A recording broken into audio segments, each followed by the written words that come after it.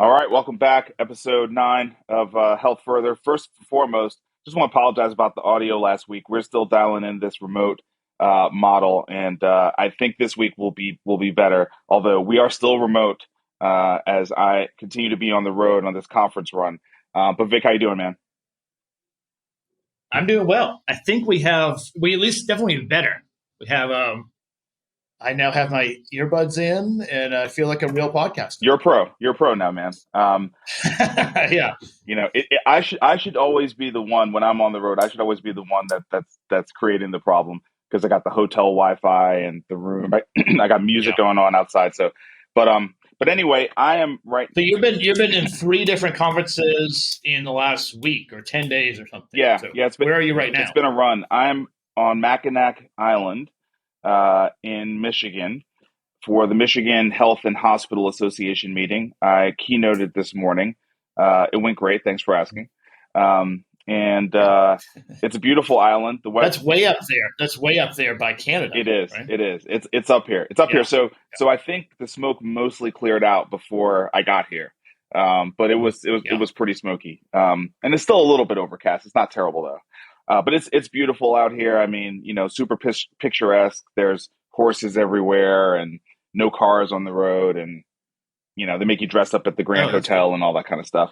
But it's been a great event. I met a lot of great people out here, so that's always good. And yeah, and then before I was here, I was at HFMA, which at least was at home, so in Nashville, at the Gaylord Opryland.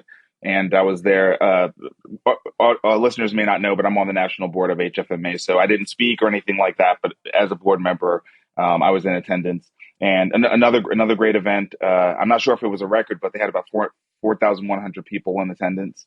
Oh wow! So big showing. So kudos to the group who put on the event. The team at HFMA does a great job.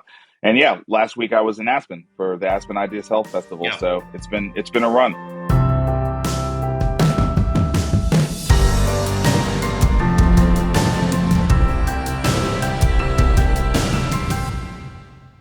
Yeah, so we talked about the Aspen Festival last week in detail, but give me like a summary of these 2 healthcare focused. HFMA is really focused at finance. Mm-hmm. There's a lot to unpack in health system finance. And then you're with the Michigan Hospital Association, also big hospital groups. What are the trends? What are you seeing out there? Or let's just talk about what's happening on the front lines. Yeah, so for HFMA, I would say there were 2 big things I walked away with. One is that the revenue cycle industry is a really big industry. This is an industry that I'm not sure when it really started in terms of like all the rebadging that was happening. I know it's been happening pretty much as long as I've been in healthcare, so it's been happening at least since 2015, back when Health Further was a conference. We had rebadgers there. So I'm not sure when this started. But Vic, the health. It started 20 years ago. I mean, it's been in Nashville's been pretty strong in it for a long time. It's massive. Okay. They print money. It's massive. Yeah. It's massive. Okay. That is a massive part of the healthcare industry. And I think it's so obscure and so not understood, outside of the HFMA world, it's really not well understood that I don't know if people actually know how big it is from a dollar perspective, like how much of the overall industry is kind of made up inside of RevCycle, but it's massive. That's kind of one big takeaway.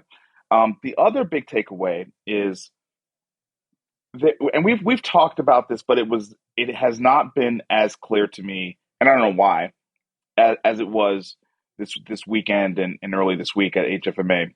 There really are 3 kinds of hospitals today. There's for-profit hospitals, and we know a lot of them because we're in Nashville. HCA is the sort of poster child for that. Bill Rutherford was on stage in the opening panel. CFO for HCA. You know what I didn't know is that Bill has been at HCA his entire career. Did you know that? Yeah. Yes. It's incredible. Yeah, he's a lifer. He's incredible. He's probably maybe the best CFO in the country, but one of the best, certainly. It's incredible. It's incredible that and HCA is really good at operations and finance. Yeah. So there's the for-profits, right? And we can just sort of say, exemplified by HCA, but many other for-profits, and we sort of know how they operate. Then and I'm going in order of what I would say are, stability in this time, right? 3+ years of some form of emergency, whether it was the pandemic or whether it's, inflation driven by, high labor costs and, Fed rates, going through the ceiling, right? So, so for profit, then there's nonprofits that have a health plan. And I think there are actually a lot more of those than people realize there are. There's a really good number of health plans out there that are making a real push to be fundamentally, or at least 50% value-based. And I think that's a move. Health plans or health systems? Health systems, but right. But health systems that have a health plan component to them. This is critical. I don't see any health systems without a health plan that are talking about going full on value-based care. I don't see any of them doing that. Just because the capability, the core capability is the risk management piece, and that's tied to being able to structure the payer contracts and capture the data and the actuary capabilities. So, so much of the value-based care capability, I know they talk about data and, care coordination and quarterbacking and being able to be responsible for the full episode of care. And I get all that, but at the scale of a health system, right? Not a PCP, but at the scale of a health system, I don't really see any health systems doing that don't have a health plan. Okay, don't have that capability in house. I think that's right. I think it's also you kind of need some density in your population, right? So typically, the ones that do well are in a geography where they have a reasonable percent of the patient volume, and then they also have a lot of the insured members, and that sort of density is really helpful. So, like, my bet is those two things go hand in hand: the health plan and the density. Yeah. Yes, that's right. So I think it is. It's more difficult for a nationwide nonprofit like Ascension, Common Spirit, to put a health plan in place because they don't have the density. Yes. And I think it's easier for, Kaiser and Geisinger is probably the classic example, but there's lots of examples that they're in a region, yes, and they have 4 states, and I don't know that Banner, for instance, or someone like that who is, they're not in every state, but they have a lot of density in the Southwest. Yes. So that's kind of the second kind. And, I will say I'm seeing more of those that are doing okay. They seem to be operating, they seem to be innovating, they seem to be navigating the situation. They seem to have been able to really marshal the culture necessary to make changes early on that are now starting to pay off, right? And I can't fully connect the dots on that. It's probably worth somebody doing a study on it, but just anecdotally, as I'm just talking to leaders in the industry, that's what I was sort of picking up. And then the third bucket are the pure nonprofit health systems. And you already talked about the national ones, but I think this is also true for even regional ones that do not have a health plan. Okay. Oh yeah. I mean, I spent a lot of time with those groups trying to raise a fund a year ago. There's a lot of them, and they're suffering. Man. They really have a lot of challenges. Yeah, there's so many challenges there, and just to go back to our episode where we broke down Common Spirit's third quarter financials, payer mix. Yeah. I mean, you really can sort of just start there. What is the payer mix? And we were talking about their payer mix being 67%, and we were kind of astounded. I think we haven't spent enough time actually looking at the payer mix of these nonprofits, because I was hearing several that were over 70%. This weekend. Yeah. Okay. And it's just, look, I mean, I even heard a couple of people, none of this is attributable, right? So, I mean, you're not going to be able to figure out who told me these things. But like, I even heard Yeah, somebody say, right. listen, we're going to go to the government and just sort of say, listen, you're going to have to change this stuff, or we're going to have to stop taking care of these people, right? So I think I think we really are heading towards something. Uh, we're heading towards something serious that's going to have to happen. And you and I talk a lot about the imperative of innovation, but I don't believe this is like something you can solve with innovation. The fundamentals of the business model are just so upside down. They were already headed to be upside down, but the last 3 years have just fast forwarded that Yeah. process.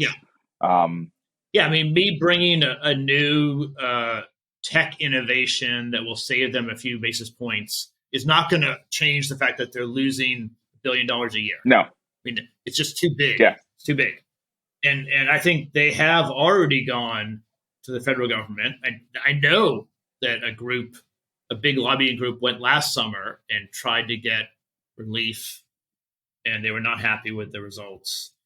I'm sure they'll go back. I don't know that it's going to be very well received. I just don't, because you have these other groups, the for-profits and the kind of integrated health systems with the payer that are, doing pretty well.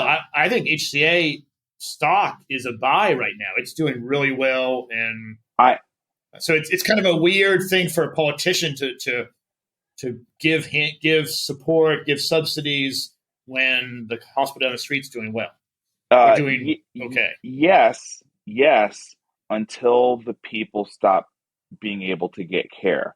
Because I like everything you're saying is correct politically, like the difficulty there politically, everything you're saying there is Yeah. correct. However, it's also true that HCA is not in those markets. They're not taking care of those same people, right? So that it's a false equivalent in that way, right? They're not the same thing, and you know I understand how Byzantine this industry is, and politics and Byzantine industries don't go along very well in terms of politicians caring about what the public thinks in that case. But once people stop being able to get care, that's going to be an entirely different situation. Now, we are generally talking about the, you know, the poor and the vulnerable, right? And the poor, the vulnerable, and the seniors.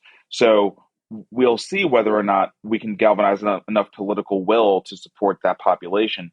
But yeah, I just feel like something something very serious is going to go down in the next 12 months on this front because the trends are getting to a very, very scary place. Yeah. And so what would we recommend? Or do we know? I don't have an answer. To me, that is a part of the industry. I mean, look, I'm not saying that I'm not raising my hand to help as an innovator and on behalf of all, innovators in the healthcare industry. So all the venture funds, all the private, everybody who wants to help. I'm not saying we're putting our hands down. I'm simply saying I think it's insufficient. So, it's certainly necessary. There needs to be more technology. There needs to be more innovation.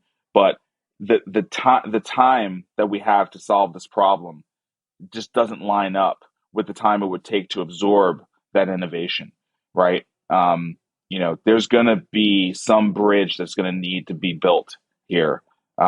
If we want these systems to be able to if we want them to have a chance to transform, right? We're going to need a bridge to that transformation. So to me, that just seems Well, unavoidable. it's interesting. I think that there's two things that I'm frustrated about. Okay, so like it's very clear to me that a nonprofit health system should have an integrated payer. Period. Like you have to have that. And so if the government's going to provide a bridge or support or subsidies, we should say like that is part of the equation. And then the other thing, which is a personal thing, but I have an exchange student from Spain staying with me now. And the data transparency, data portability, I mean, it's embarrassing. She's 16 years old, right? So she's young, but I'm embarrassed talking to her about our health system because she's 16 years old, and she pulled out her phone at our dinner table and showed me all of her health records on her phone from Spain.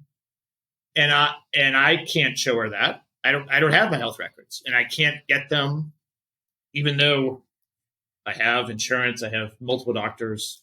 And so the other part of this, I think, is trying to enforce the statutes that are already out there, that we create transparency, we allow, and it's not that I expect every patient to be shopping, but I think you don't need that. There will be groups that come in and collect reports and show lots of people where to build extra services because they're not efficiently delivered, and you just have a more functioning market. Mm-hmm.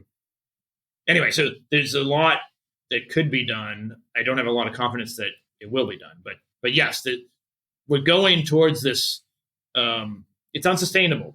These health systems that are in one metro area, or maybe they're in one state, they employ a lot of people, they take care of a lot of people, and they are burning money every quarter. When I was looking at this 6 months ago, the average health system had about 8 months of cash, and that was several months ago. Yeah, and so they're going to be out of cash this fall. Yeah, it's a huge problem. So anyway, you asked for my rundown on HFMA. I mean, those are the 2 big points. And those are the 2 big points. I don't really have that much to report from the Michigan Health and Hospital Association, honestly. I mean, I was a performer here, so I did the keynote, and right below me. So I'm up in the room recording this. Right below me, everyone's dressed to the nines, having cocktails, enjoying themselves, and so. I'm still kind of at work, not really enjoying the festivities. Right. Yeah. Well, we will continue and then get you down there to the so, yeah. But I want to talk about the breaking news at the Supreme Court today, which is coming out like an hour before we started recording. So I'm still absorbing it. I'm sure you're still absorbing it. But let's talk through that, even just our quick takes on what this means for our society, but then try to tie it to healthcare if we can. Yeah, well, I think we definitely can tie it to healthcare. I mean, this is the second really, truly significant SCOTUS ruling that reverses a previous SCOTUS ruling, and from similar eras, and is really sort of demonstrating a change in the current view of the Supreme Court on what is constitutional and what is not constitutional, and these are really big fundamental changes. And the first one is clearly a healthcare issue, right? The dogs is clearly healthcare. Clearly healthcare. This one is also healthcare, right? Because it's about education. It's about higher education, and higher education is inextricably linked to healthcare. Our clinicians all get, all of our clinicians of the highest licensure must go through higher education institutions. They must, and there's clearly some serious disparities in the profession today,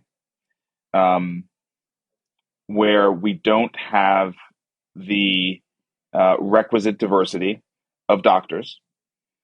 And I think the American Association of Medical Colleges has recognized this and has an entire initiative right now around Black men in medicine, specifically around Black men becoming doctors.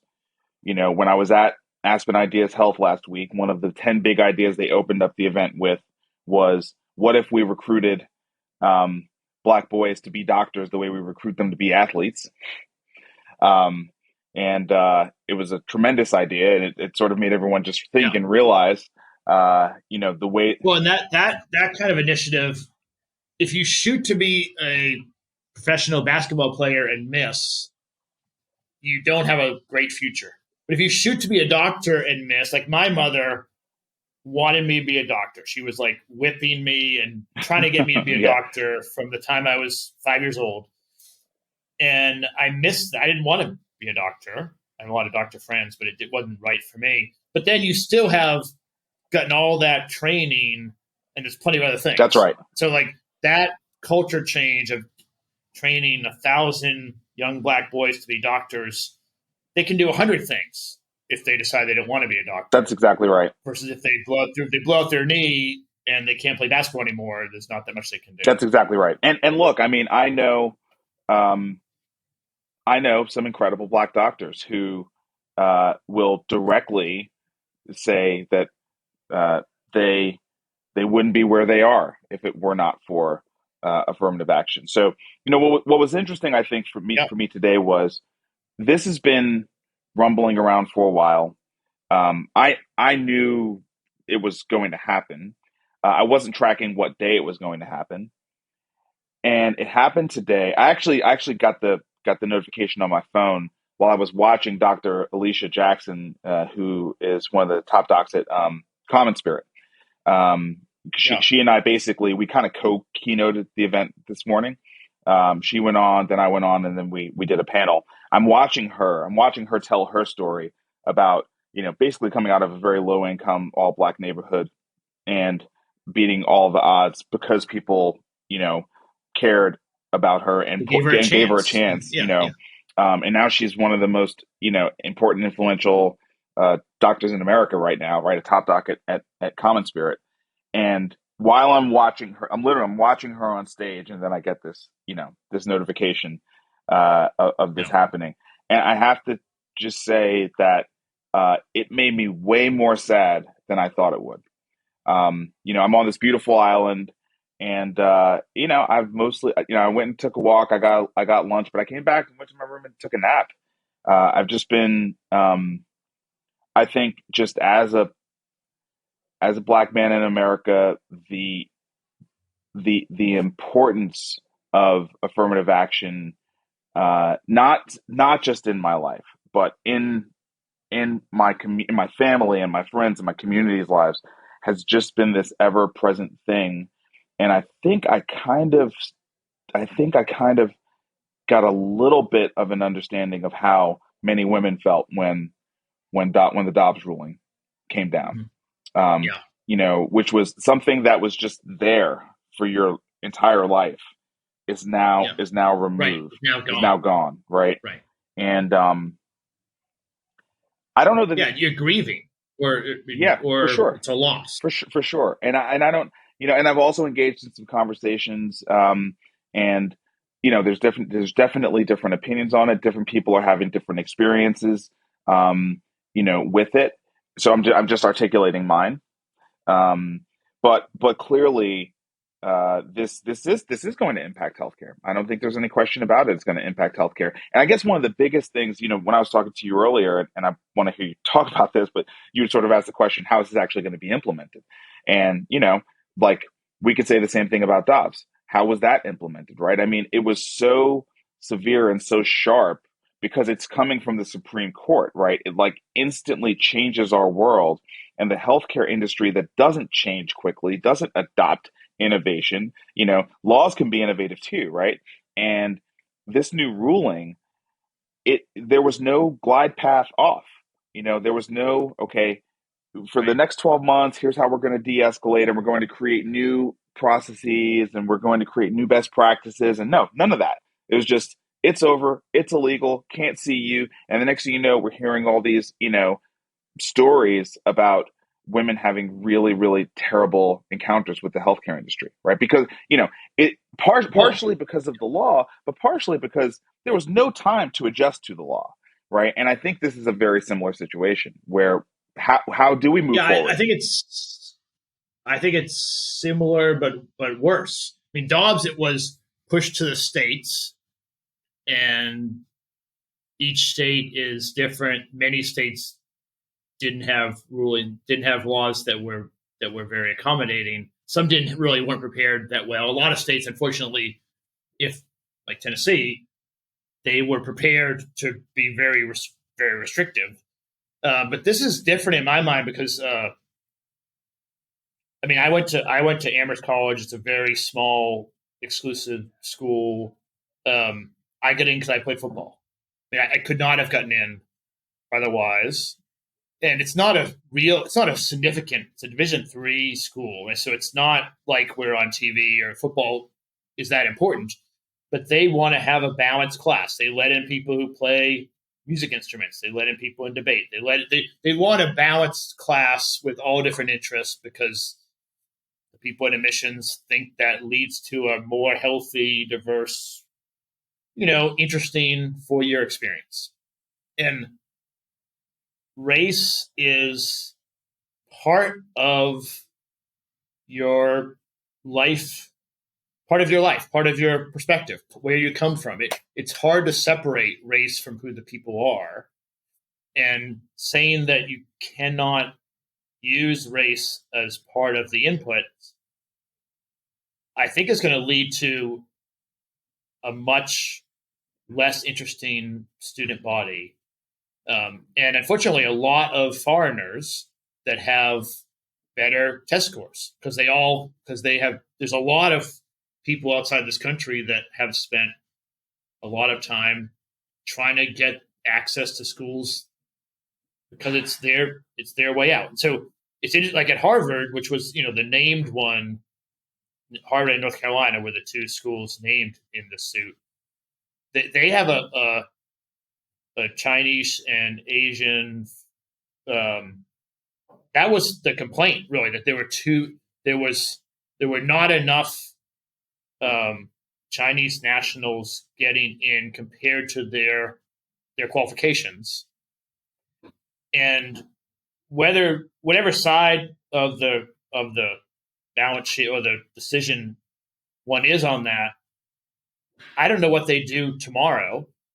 Like, they still have to figure out a way to create a class at Harvard or at Amherst or at any school that is going to be able to, live together and learn from each other and do all the things that make the school run. And I don't think it's going to be easy to make that race blind. I don't know how that's going to work. And unfortunately, I think probably Harvard will be fine. Right? They will figure out something. But I think what you're sad about, or what I believe you're sad about, is the unintended consequences are going to be other programs that are not as high profile that have been really helpful to Black and brown communities that now are going to be cut off for no reason, really. And so, like, how we navigate that, I don't know, but it's not going to be good. Vic, I think that the thing, and then I want to move on because we've got some other stories, but I think one of the things that just most makes me sad is that as we came out of the pandemic and we had this entire narrative around racial reckoning, there was a pendulum swing and there was sort of a backlash against that. And, I've noticed a lot of people, particularly white people, sort of, questioning whether or not systemic racism is even a thing, and if you bring up something like redlining to many of them, they wouldn't even know what it is. Many of them don't like literally don't know what redlining is, right?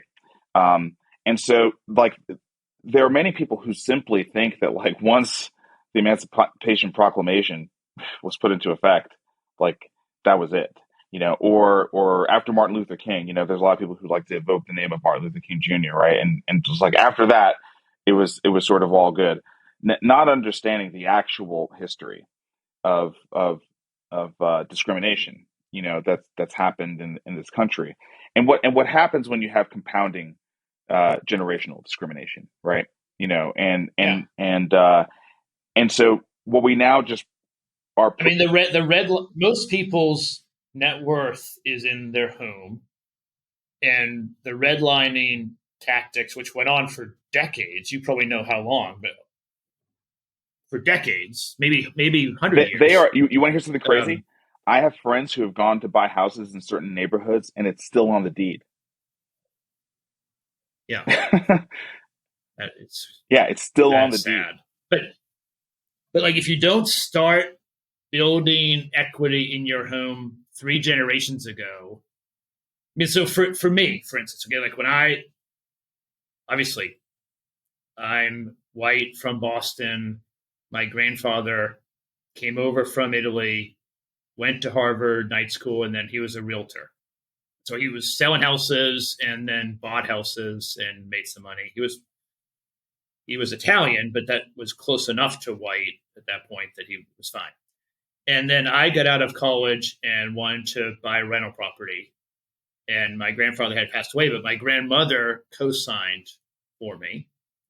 And that's just an example of where like my privilege of being able to have the ability for my grandfather to buy houses then allowed me to build net worth in a way that if you didn't have that family history, if you were a black family and were redlined, your grandmother couldn't help you in that way. And that's a small example, but like it affected my life in a way that I got to buy this rental property. And then, I was paying the mortgage with the rental income, and then I got her off the loan 5 years later. But if I was black, that wouldn't have been possible. And that's not fair. And I personally got an advantage because I'm white, or more to the point, my grandfather was white. And that's, now. That's right now. And so these things are certainly real. The pendulum swam a long way towards fairness because of how terrible the pandemic was, and George Floyd, and all the really bad things that happened. And I think people just they just forget. And I don't know that the Supreme Court, I don't know what they were thinking. I'm not party to that, but I think a lot of the complaints were from, rich white guys that wanted to go to Harvard and couldn't get in, or Chinese nationals that couldn't get in. There were fights that had nothing to do with Black America, but it's going to really impact poor people, Black people, brown people, like everything does. And so anyway, we can move on. But I agree. I don't know how to fix it, but I agree. Yeah. Well, thanks for bringing it up. It does. It feels better to talk about it. That's for sure. So I appreciate that. All right. What's next? What are we talking about next? Yeah, I got sidetracked. So just to circle back on Emeticis agreed to move away from option care, pay a $106 million termination fee in order to sell or merge with United Health Group in the Optum division.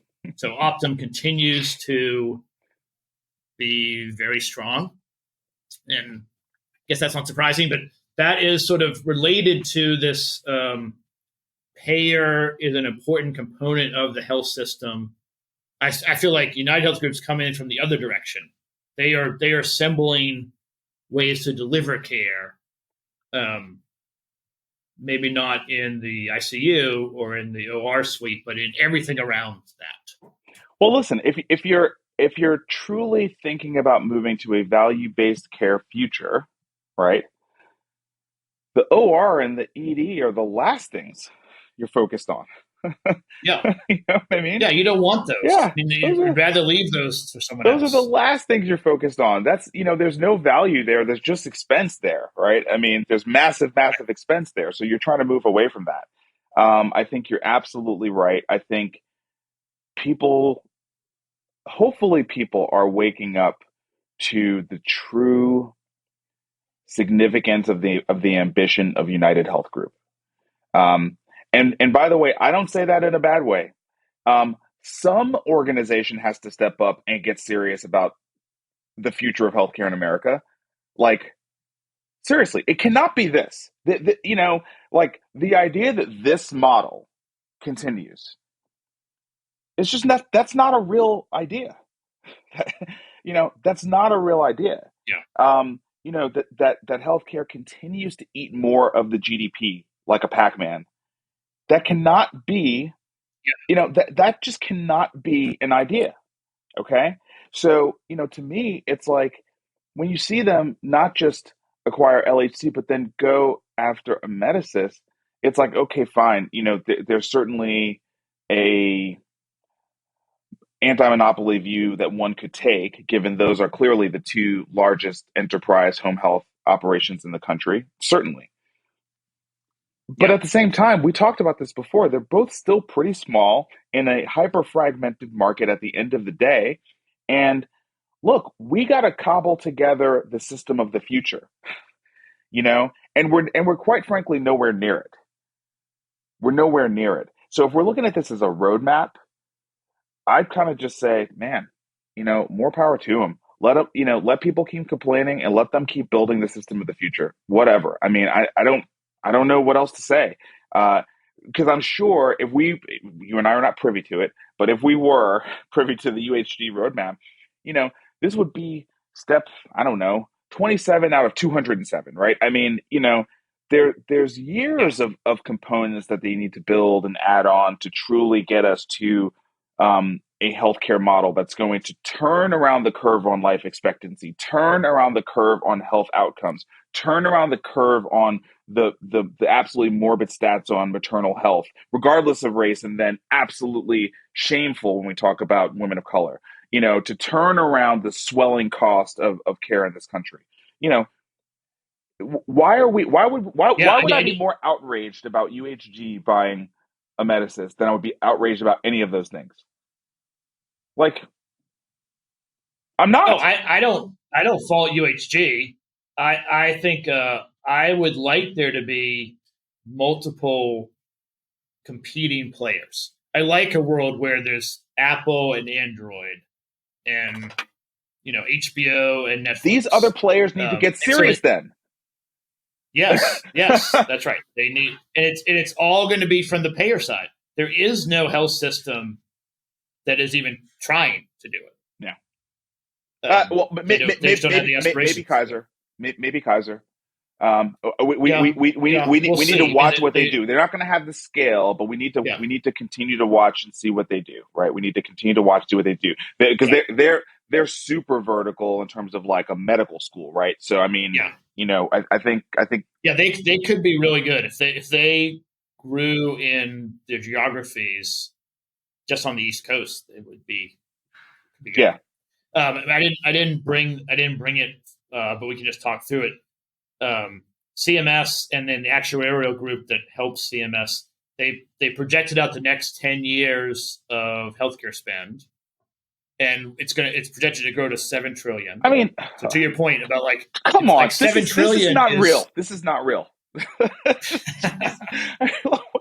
What are we doing?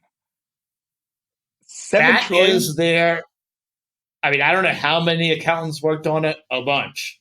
That's their best projection. They're going from 4.3 today to 7 trillion in 10 years. So now, how unbelievable is that? Because when you and I really started working on this stuff, the number was 2. Yeah. The number was 2 trillion. I know. We have not been working on this 10 years. The number is now 4. So the idea that in the next 10 years the number is going to be 7, that's looking back. That's literally just rear view mirror math. That's not even a crazy model. No. It's a straight line model. Like I looked at it and I got tired of looking at it. It's basically, I mean, if a startup came in and gave me this projection, I would throw them out of the room. But it's just everything grows at the same rate it's been growing forever to 7 trillion. So yes, it's not possible in my mind that happens. And United Health Group is really good. And I have nothing bad to say about United Health Group. I'd like someone else to also keep them honest and Yeah, and You and, know, and look, I think CVS bought Signify, so I think they've already kind of made their, yeah, they've decided what their play is going to be in the space. They've got far more of a consumer front door than United does, so they've yeah, they've got different assets, a different asset mix. But I don't think you can discount them. I don't think you can discount Walmart. I don't think you can discount Amazon. I think there are players who are, Amazon obviously has an incredible path to the home. yeah, Their boxes come to my home all the time. So, if right, their boxes come to my home, then they've got cars that come to my home. If they've got cars that come to my home, they can get all sorts of stuff to my home, including people. So, yeah, I think that we've got a cohort of players, right, that are working on the system of the future, and I just uh, don't think we can knock them because, as you said, 4 trillion going to 7 trillion should be unacceptable for all Americans. Like that should just be yeah, unacceptable. We should just say that's just not acceptable. right.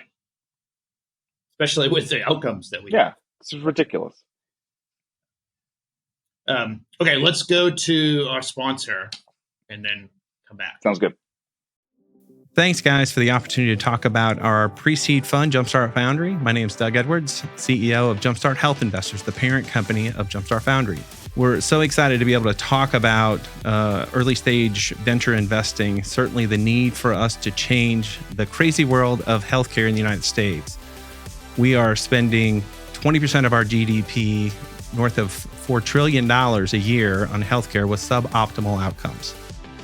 Jumpstart Foundry exists to help us find and identify and invest in innovative companies that are going to make a difference in healthcare in our country.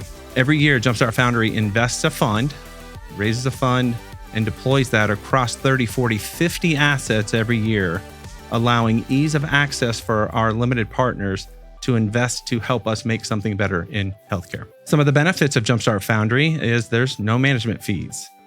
We deploy all the capital that's raised every year in the fund.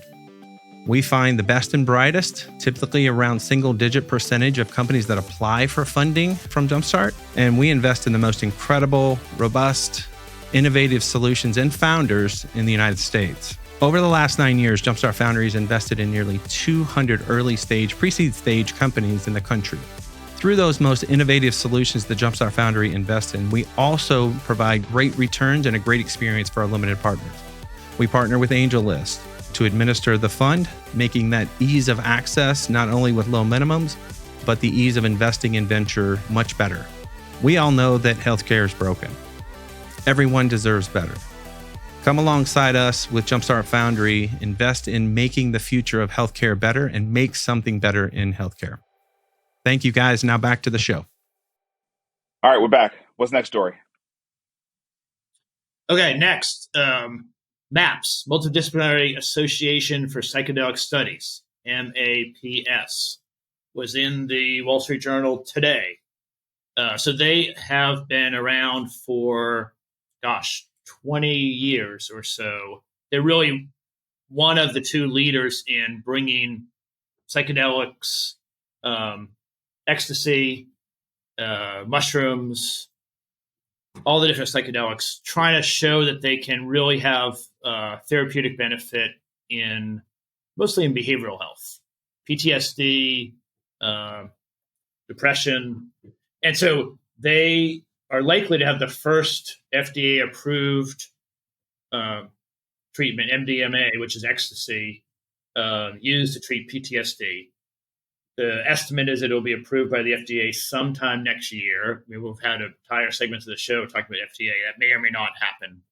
But the interesting thing today was that they are going to raise money from private investors and VC firms, even though they are a nonprofit. Kind of similar to how OpenAI did it, where they dropped down a public benefit corporate sub, and they raised money in that, sort of limiting the payouts, but it can be lucrative to the investors. So there's sort of two aspects that I wanted to talk through. One is it seems like psychedelics are. I mean, I'm a believer in psychedelics, especially for really challenging behavioral health issues. I think they can have a pretty dramatic effect. And my bias is that they haven't been adopted by pharmaceutical companies because they're not really typically an ongoing treatment forever. It's more of a one, two, three times, and you're better, and that's not as good a business model as take this pill forever. I think there's going to be lots of approved treatments in the next 5 years, so that's interesting to talk about. And then it seems like there's a new financing mechanism for nonprofits now, which is also interesting, given that we're VCs and need to decide if we want to participate in those markets. But it's certainly something that seems like it's trending now. Yeah. Okay. So two things there to talk about. Let's start with the MDMA and just psychedelics more in general. And I'm going to divert a little bit, and then I'm going to circle back. So, in the last show, the one big talk that I didn't get to talk about because it hadn't happened yet was the Surgeon General. So we talked about the FDA commissioner and the HHS secretary last time, but the Surgeon General spoke at Aspen Ideas Health as well. He spoke on Saturday morning. Might have been my favorite of the three talks. He is a very, very eloquent speaker, communicates very effectively, and is just so authentic and endearing that, like, what is his name? I don't know if I know. Vivek Murthy, I think is his name. Okay. So, just awesome. And his big thing is behavioral health, mental health, and he went through a long thing on social media, and sort of really highlighted the fact that social media is an untested experiment on our mental health, right? And which we're failing. Yes. And this brought me back to digital therapeutics, right? Which brought me back to learning that all digital therapeutics and all things digital are regulated by the FDA under an act from 1976, the Medical Device Act, right? So that's how old the legislature is, that the FDA is basing their ability and even their models for how they regulate things in the digital space. Okay. Right. Yeah. In 1976, NASA had computers that were about as strong as my phone. Right. They were writing this law just with a frame of reference that is not today. So the thing about MDMA is the reason it's got a bad public rap, right? Because generally speaking, it's in the classification of street drugs, right? And the thing that people don't like about, what do people not like about street drugs? Well, they can impair your functions, and they are addictive. I mean, if you're driving on MDMA, that's really bad for society. It's not. Yes. So, but that's different than the clinical use of it, I think. But let me circle back, right? Let me circle back. Yeah. So you and I both listened to the Lex Friedman podcast with Mark Andreessen, right? Yes. And we I think we can both recommend, if you all who are listening, listen to Lex Friedman, or you listen to other podcasts, go find that episode and listen to it. It's pretty interesting. Mark Andreessen's a pioneer in the internet, built Netscape, and also is, one of the largest VCs. We've had critique and commentary about A16Z, but also think, fascinating, intelligent guy. But Mark is really smart and he's worth listening to. Definitely worth listening to. So the part of the show I want to bring up is where they were talking about AI, right? They're talking about AI, and they're talking about the advancement of tools. And Mark says, we have the best tools we've ever had right now. Where are the hyper-productive people, right? Where are the hyper-productive authors? And when he said that, I thought about Isaac Asimov. And I'm like, this guy wrote like 1,000 books when you just had like pen and paper. You know what I mean? And it made me think about myself. It was like, why am I not more productive? Why am I not more hyper-productive? I literally have the best tools. I was a programmer. I know all this stuff. Literally, why am I not even more productive, right? And so then Lex Friedman and him kind of mirrored the question back and forth, and then Mark answered, well, it's too easy to be distracted. It's too easy to be distracted, and it's too easy to consume, and we're sort of defaulting to that, right? So Vic, I want you to know, like, after I listened to that, I looked at my own screen time on my Apple phone, which I never look at. I never look at screen time because I view myself as a very productive person, okay? I view myself as a very productive person. So I just feel like basically I don't need to look Well, at screen time. you are relative to other people, but that doesn't mean that you are relative to, like, I don't know, your Yeah, grandparents. or my best self. Yeah. Or my Yeah. best self, right? So I look at screen time. You know what the number one app was? Instagram. Instagram. Instagram. Yeah. And by a large margin. Like it was shocking. It actually shocked me Yeah. how large the margin was. Okay. I Yeah, mean, you think you're just killing dude, time while you wait for the elevator, killing time while you wait for something, but you end up getting sucked in and it's 15 minutes later. yes. So where am I going with this? Right, I'm taking you around the world to kind of to try to make a point. Where am I Yeah. going with this?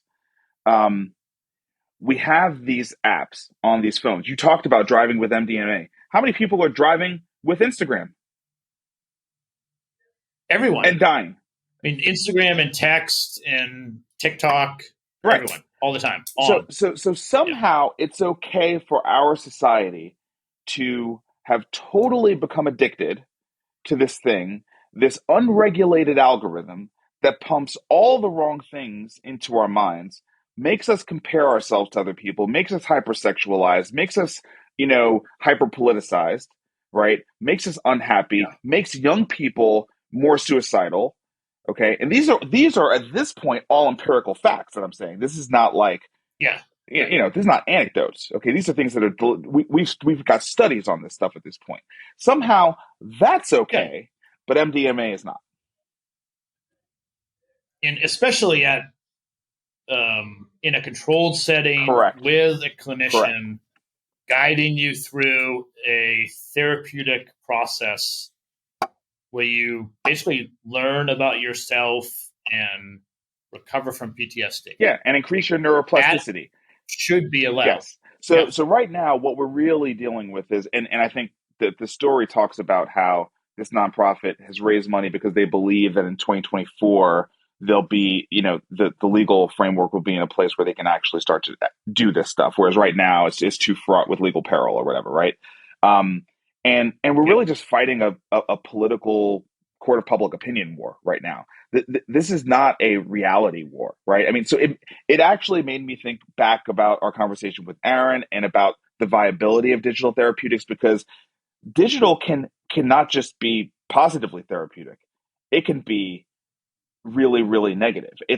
I don't think anyone would argue that we're more connected than ever and people are more lonely than ever and people are more desperate than ever, and our behavioral health issues are larger than they've ever been.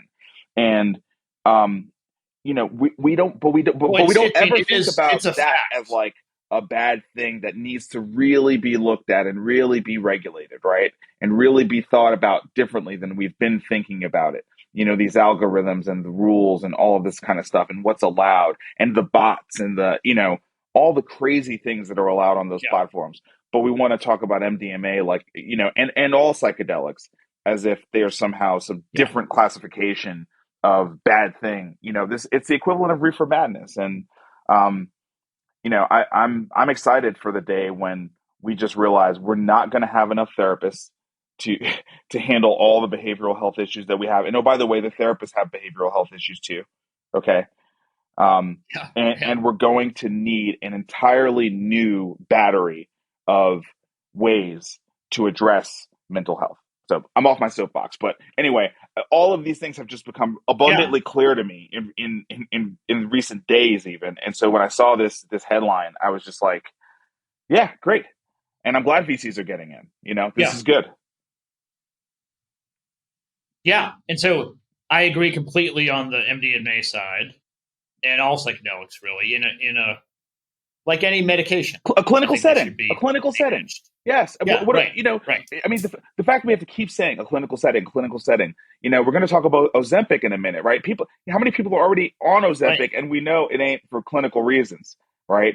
They're using it completely off. That's right. Right. That's right. So, cut it. Yeah. Cut the crap.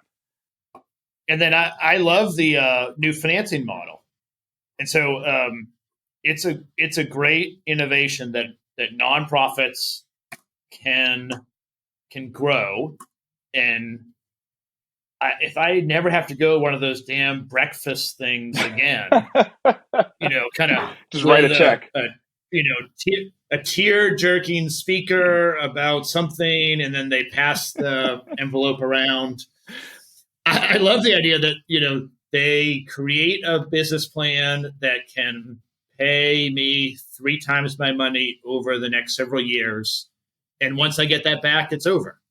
And so, I don't know, just it might drive actually more efficiencies in nonprofits in a way that could be healthy. So, Well, we drew the line before the show, comparing this to OpenAI, and a lot of people who are not kind of constantly studying technology may not know that OpenAI started as a nonprofit. Obviously, now, I mean, I don't even know what it is anymore, but it started as a nonprofit, and now there's been billions of dollars sort of plunged into it. So I think this is a model we will see more and more of. I think especially with these things where the near term viability, that's kind of the common thread between AI and MDMA, right? Is the near term viability is very uncertain. So it makes sense to kind of put it in a nonprofit, right? Because commercial viability is just not clear. Well, yeah. But I think there's a lot of investments that you and I look at where it's going to be several years. Commercial viability is not clear. But the difference with these two is that they had a lot of public interest, and there are passionate people that will give money to a nonprofit because they have PTSD or their son or daughter or whatever. So it started off like that, but it's difficult to raise $100 million. I think they're trying to raise $85 million. It's hard to raise that scale in donations. I a little bit disagree with you in terms of I don't think we look at, this was our whole conversation about digital therapeutics.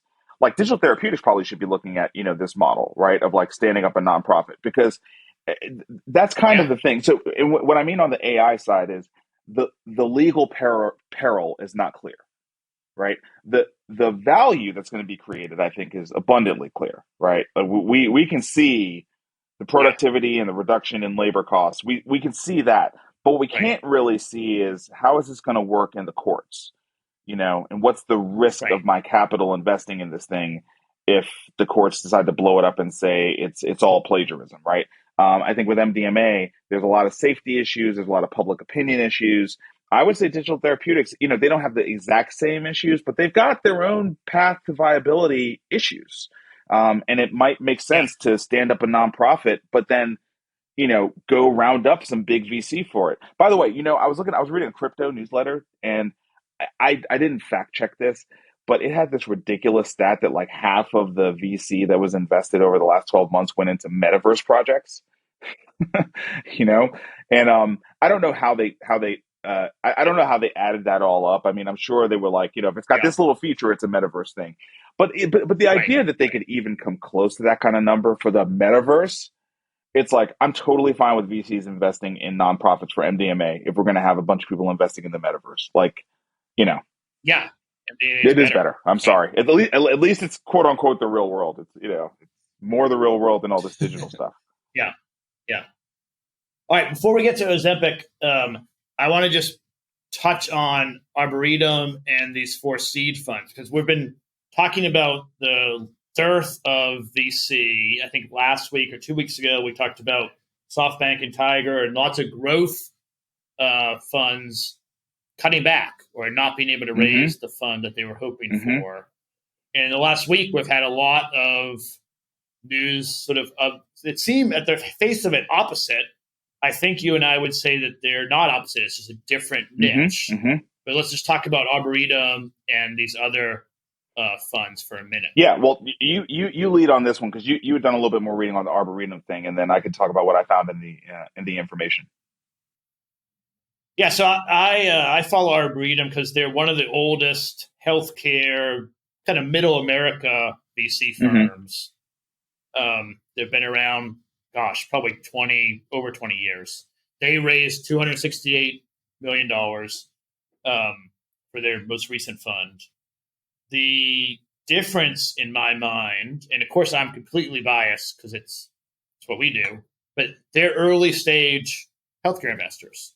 And I think the early stage is maybe not protected, but it's not as flush with money as the growth round. So there's kind of like, for the audience, there's seed, A, B, it kind of goes in order. And those early stages, you're typically putting a seed might be 3 to 5 million, A could be 5 to 20. And so they're significant rounds. It's not your rich uncle, but it's not the $300 million kind of growth round that was going on a year ago. So anyway, that was our read 'em, and then you found, I think in the information, the 4 seed funds. I don't know if they're all healthcare, but they're all early stage. Seed. Yeah. So this is in contrast to us talking about all the large funds not being able to land. There was an article I was reading in the information that the headline is 3 reasons to look past the 40% drop in VC funding. Kate Clark is the writer, and she reported that there were 4 seed stage funds: Uncork Capital, Kindred Ventures, Correlation Ventures, and Unshackled Ventures that collectively raised nearly $1 billion. So, for us to have 1 week where 5 funds collectively announce, $1.25 billion raised, and they're all early stage, that's a shift in the narrative. Now, I'm not sure if that's a blip or if that's sort of the beginning of a trend, but as you and I have talked about off camera, off mic, when we have talked to institutional VCs, they have shared with us that they were over allocated in growth, and that they need to focus on seed and early stage, and that's where they're going to be concentrated in venture. And it was going to take some time, right, for them to all write down their books and all that other kind of stuff. Sort of like they got to rotate out of that. Yeah, exactly. Yeah, but I have been hearing through the grapevine that Q3 would be when checks would start to be written again, specifically in the LP world. That we would start to see checks being rewritten in the LP world in Q3.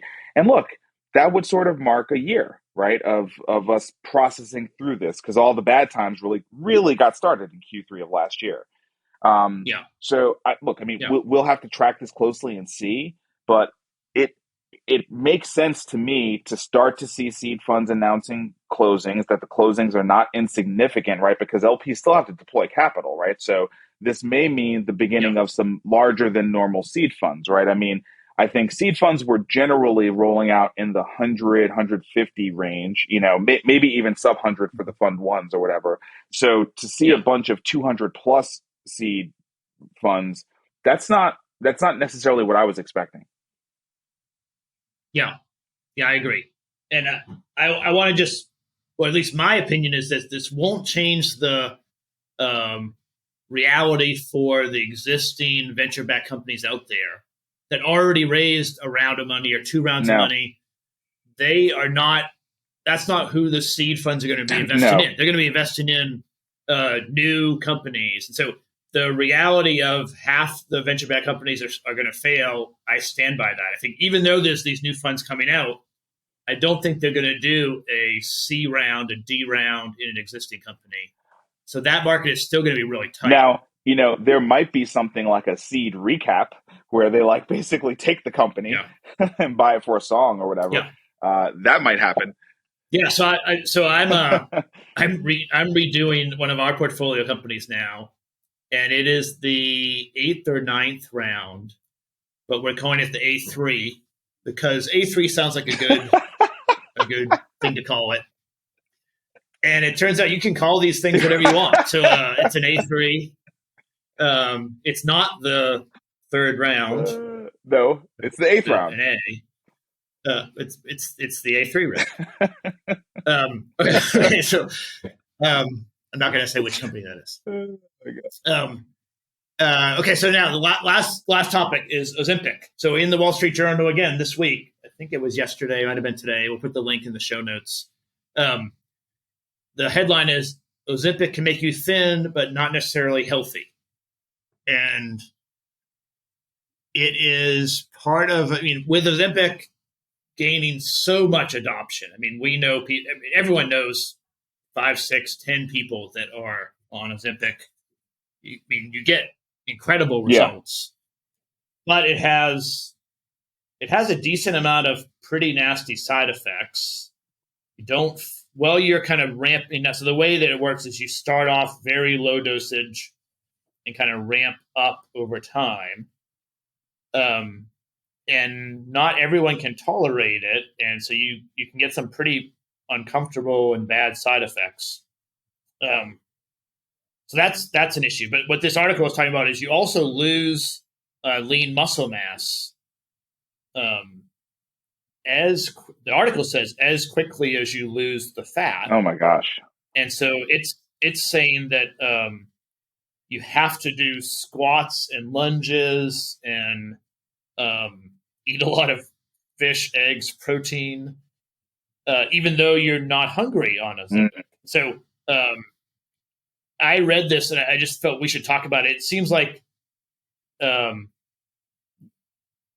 people are not going to do this. It's you're going to lose lean muscle mass, and then you'll be lighter, but you will break a hip in 10 years. Or there's going to be other things that happen that are not good. Yeah. So I don't know. I'm not on it. I still have the 15 pounds of extra pounds hanging around me. Yeah. But it seems like a theme that is probably not going to end that well. I don't know how it's going to end, but I think the country on Ozempic is probably not going to be. Yeah. I mean, maybe this is a time to tell you that I squatted 15,000 pounds on Tuesday. Wow. Yeah. Is that a personal record? I'm fairly certain. It was pretty intense. Congratulations. That's incredible. Yeah, it's pretty intense. Pretty intense.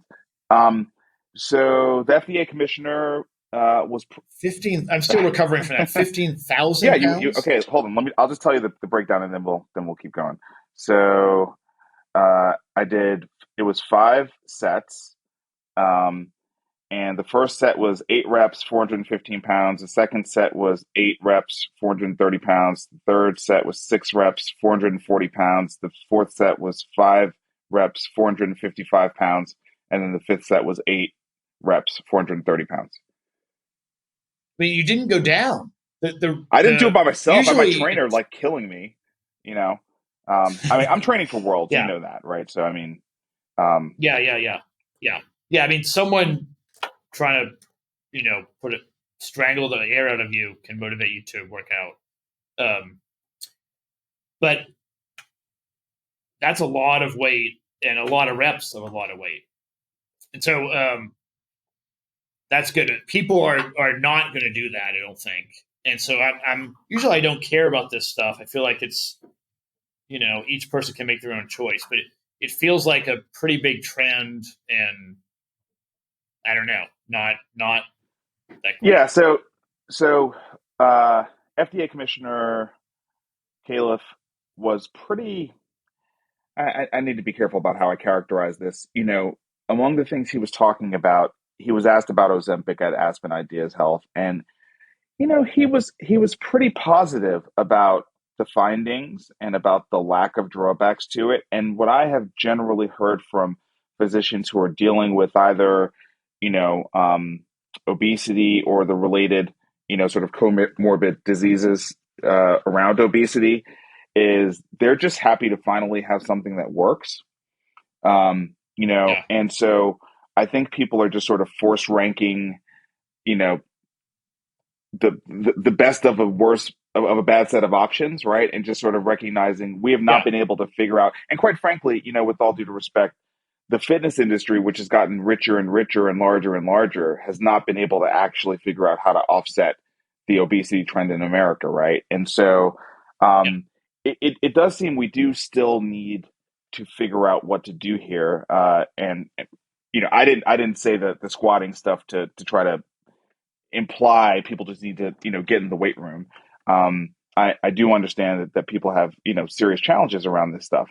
But I do think we are, for those of us who are tracking, I hate to call it this, but the longevity space. So your Andrew Hubermans, your Peter Attias, your Rhonda Patricks, people, One very consistent trend in that space is that for quality of life and also length of life, there's really nothing that replaces exercise, right? And so weight loss and the benefits from exercise are two different things, right? You Yeah, may need that's to right. lose weight um, to lower your risk of heart disease and some of these other things. And at the very same time, if you're not exercising, you still are at risk. Like failure to exercise is its own sort of disease state with its own sort of comorbidities, right? And I think you Yeah, probably could shorten the article on Ozempic by just saying Ozempic is helpful if you can handle the side effects, but you better still be exercising, right? You know what I mean? Do not take this yeah, as if it replaces exercise for you, because it doesn't, right? yeah. And I mean, we both are into longevity stuff. I've really started getting into the combination of VO Max and Zone Two Mm-hmm. training, Mm-hmm. and trying to do both. Right, like I've done sort of more high intensity training my whole life, and that's what I Mm-hmm. know. Like going on a run or biking or something that's much more intense. That's what I'm used to, playing sports and things. But the zone two stuff is actually more beneficial and almost harder It's boring. to carve out the time Yeah, for. It's it's boring, boring. but I think it maybe is more beneficial, or it's equally beneficial.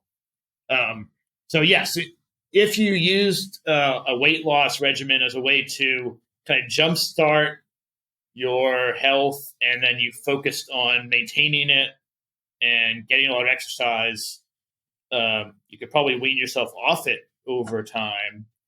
That could be really good. Like any tool, it probably has an important role, but not. It can't be the only Yeah, tool. I think that's really what it is, right? Like the benefits of exercise are not. I don't think they can directly be pointed at weight loss, and they also are not limited to weight loss, right? There's all these other, Yeah, there's your lymphatic system that just works fundamentally better when you right. exercise. There's all these things that are happening in exercise that we're Yeah, I mean, just, I'm not trying to lose weight, yeah, me either. and I mean, all those longevity guys you mentioned, none of them are overweight. I mean, that's like the first thing that they That's right. have, but then they all are exercising because it's sort of, yeah. I mean, it's wellness, and it keeps your metabolism in the right way. So all the other side That's right. effects. That's right. I mean, I think there's even brain health benefits, to Yeah, exercise, right? definitely. There's some correlation between Alzheimer's and lack of exercise and things of that nature that are starting to emerge. So I think really, Yeah, the larger dialogue that is right now very loud in the longevity space, but that is a niche space and needs to sort of make its way into the broader sort of Gen Pop discussion, is that exercise is not a direct um, answer to weight loss. It has all these other holistic physiological benefits. Um, and that we really, as humans, like need it. Like when you really just look at the way our bodies are constructed, they need to be working. They need to be moving. They need to be sweating. They need to be handling yeah, resistance. They need to be pumping oxygen throughout. And the modern world has made it harder for us to do that naturally, right? Our environments just no longer really support that. So again, this discussion is not to, hopefully this is not triggering anyone, and it's certainly not to shame anyone's current state of living. We have evolved via our industrial lives and technology, to not to not have an environment that cues us to exercise in any meaningful way. And this is more sort of yeah, this is more a byproduct of modern life.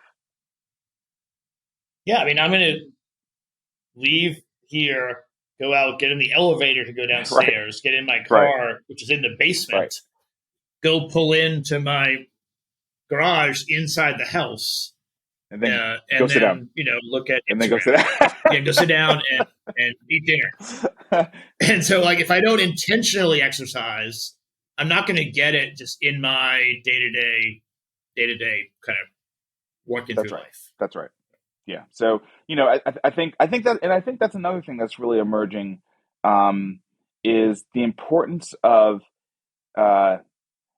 designing our environment to support the habits we want and not over relying on willpower. Like there's such a huge fallacy about willpower, and then even like people establishing some sense of who's better or who's worse based on their ability to marshal their willpower. I mean, this is just bullshit. We need to find ways to better design our environment such that people in the normal course of living are healthier. Period. Like that's the that's the goal, right? That's the North Star. How do we just help people in their normal course of living to be healthier, right? As opposed to go in the opposite direction. Yeah, I agree. And so when are your worlds? When should our whole audience come and cheer you on at the Jiu-Jitsu Worlds? No one needs to come, but I will talk about it, win or lose, when I get back. So it's going to be, it's Labor Day weekend. So I've got a little countdown on my phone, and it is 62 days. How many days 62 left? days. I feel, I honestly, like compared to how I felt last year for Worlds, and for anyone who's listening that doesn't know, I started competing in jiu-jitsu last year, pretty seriously, as serious as you can for a 46, 47-year-old, serious enough that I train a ridiculous amount and I compete, I don't know, 15 or so times a year. Yeah, I mean, you fight people every day or every several times a week. Yeah. In my academy, I'm training with, a bunch of 20. Yeah, that's what I mean. Yeah, like it's a controlled setting, but you're fighting people that are not as old. No, definitely not. No one is as old as me. That I'm working with. They're all younger. But then I go to. So at Worlds, how many fights do you have to win? Well, the bracket is still building. Last year it was 4 matches to win. So there were 16 people in the bracket. I was effectively unranked last year because I was like a brand new blue belt. But this year I'm probably going to be number 1 ranked because I won last year. So you get a bunch of points, and that kind of carries over into the next year. So I'm anticipating, and also a bunch of the blue belts who were really, really good were promoted to purple belt. And I'm still a blue belt. I've got, kind of another year before I get promoted to purple. I expect to get promoted to purple in a year, assuming I do well. So that competition is in 62 days. It's hard to repeat, man. It's hard to repeat. People are going to be coming after you. No, dude, trust me. I feel the target on my back. That's why I squatted 15,000 pounds on Tuesday. Yeah. So I'm getting after it, man. But no, I feel really, really good physically going into it. I feel pretty good mentally. I feel like I get to focus on skill development and acquisition. And, and look, man, I just feel fortunate that like my body is in a place where I can go do this. It's really, the older we get, the more we realize what a gift it is to be able to move, and to be able to move in a skilled way at 47 is just a tremendous gift. So I'm going to be thankful to my body. There's something about you. You're in a ring, or you're in a setting against one other guy, and you're having to try to think through what is he going to do, and then what will I do, and that you can't replicate that in somewhere that's not that environment. No. It's like you think you know everything, and then you get on the mat, and the referee goes, fight, and then it's just like, you know what I mean? Right. It's like the whole world shrinks to you and this person, right? It's incredible. There ain't no Instagram there, man. It's just you and this person, Right. So I'm looking forward to it. Well, I'm super proud of you for that. I am going to my very intensive training in Italy next week. I'm proud of you. We're going to try to hit as many pasta shots, as many pasta places as we can find. I'm sure I'll do some walking. Maybe I'll get a bike ride in. But I'll be out next week. And so try to take care of the audience while I'm gone. We'll do, Captain. And hopefully I won't gain a bunch of weight while I'm No, you should gain a bunch of weight. You can lose it when you get back. Go have a good time, man. Eat all the food. Italy's the best. Go enjoy it. And we will record our best show, and then you'll have to come back and figure out how to like work your way back into this thing. Yeah, exactly. I'll have to like claw my way back in. I don't want to I'm not going to look at the ratings next week. I make sure to ignore them. All right, man. Look, I'm going to get some dinner. All right. Safe travels. Okay. Thanks. Take care.